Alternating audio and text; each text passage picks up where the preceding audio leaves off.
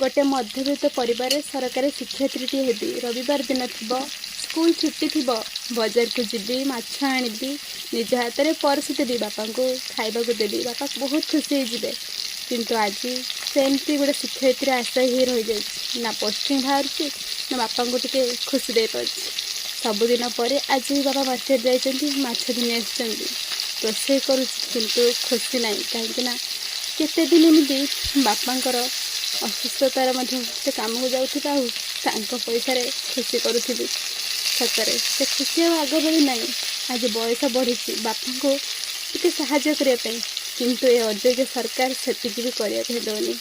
निजे किंतु पखाला खरा कोटी कोटी टका खर्च कर गोटे मध्यवित्त परिवार टे बापा माँ को खुशी देवाई ना गोटे सन्तान को से भी सुजोग दौनी बार सरकार